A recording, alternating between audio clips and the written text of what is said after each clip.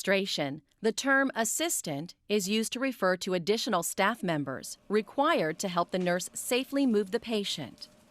Please keep in mind that any member of the nursing team can provide this assistance: RN, LPN, NAP, or other staff member. The assistants in the following video are actually RNs. After performing hand hygiene and ensuring privacy, introduce yourself to the patient. Then identify the patient using 2 identifiers. I'm going to check your name band here. Can you tell me your first and last name? Sue Reed. And your date of birth? 5/23/55. Okay. We've got Dieter and Teresa here to help us transfer you. We're going to get you ready now. To transfer a patient from a bed to a stretcher, obtain a slide board or other friction-reducing device and secure the help of 2 assistants. A 3rd assistant may be used, if needed, to support the patient's head and neck during the transfer. Raise the bed and position 2 assistants on the side of the bed to which the patient will be turned, while you remain on the other side. Make sure the bed breaks are locked. Lower the head of the bed as much as the patient can tolerate.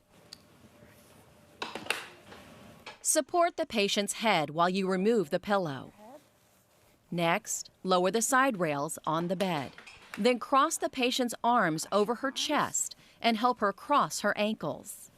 On the count of 3, we're going to roll you towards us. 1, 2, 3. On the count of 3, turn the patient onto her side toward the 2 assistants, moving her as a unit in a smooth, continuous motion. Slip the sideboard under the waterproof pad. Then gently roll the patient back onto the slide board.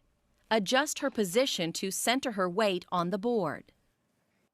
Now line up the stretcher with the bed and lock the brakes on the stretcher.